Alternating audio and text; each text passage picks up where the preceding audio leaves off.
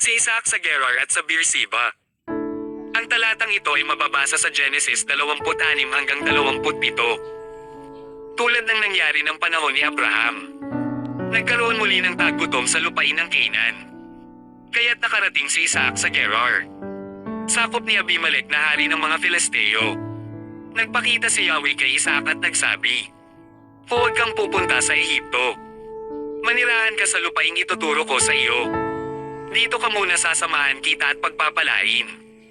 Ibibigay ko sa iyo at sa iyong lahi ang buong lupaing ito.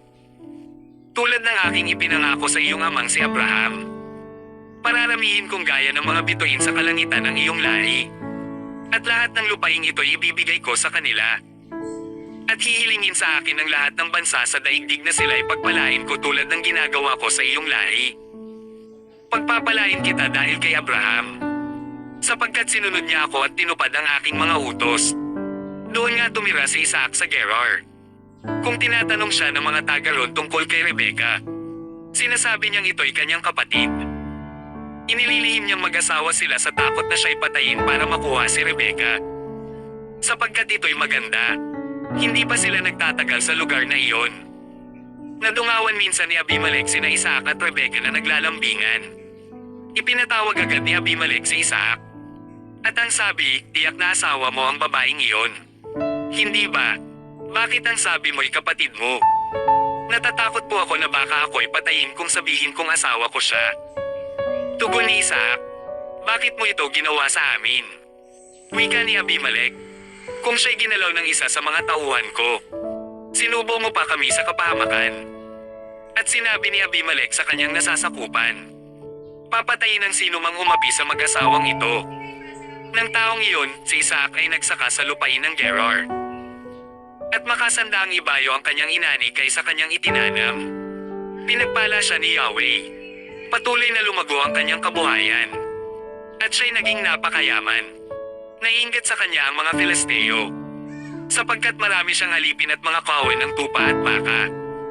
Kaya't tinabyunan nila ang mga balong ginawa ng mga alipin ni Abraham noong ito'y nabubuhay pa. Sinabi ni Abimelech, umalis ka na, Isaac. Mas makapangyarihan ka pa ngayon kaysa amin. Kaya, umalis si Isaac. At nanirahan muna sa libis ng Gerar. Ipinahukay niya muli ang mga balon ni Abraham na tinabyunan ng mga Filisteo.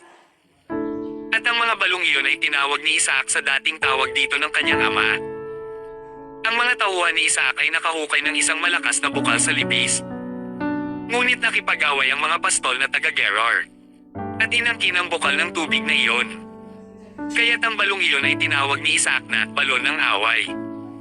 Sapagkat sila inaway ng mga taga roon. Nang makahukay muli sila, nakipagtalo na naman sa kanila ang mga taga-Gerar.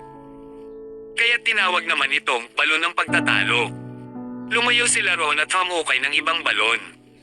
Wala nang umangkin nito. Kaya't tinawag niyang balon ng kalayaan. Ang sabi niya, uunlad tayo sa lupaing ito. Sapagkat binigyan tayo ni Yahweh ng kalayaang mamuhay sa lupaing ito. Umalis si Isaac at nagpunta sa Beersheba.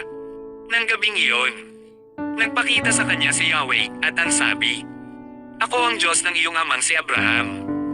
Huwag kang matakot sapagkat sasamahan kita. Pagpapalain kita at pararamihin ko ang iyong lahi alang-alang kay Abraham na tapat kong alipin. Nagtayo si Isaac ng altar doon. At sinamba si Yahweh. Tumigil sila sa lugar na iyon. At hamukay muli ng balon ang kanyang mga alipin. Para sa iyo, ano sa tingin ninyo ang gustong ipahiwatig ng bersakulong ito? Paki-comment ito sa comment section.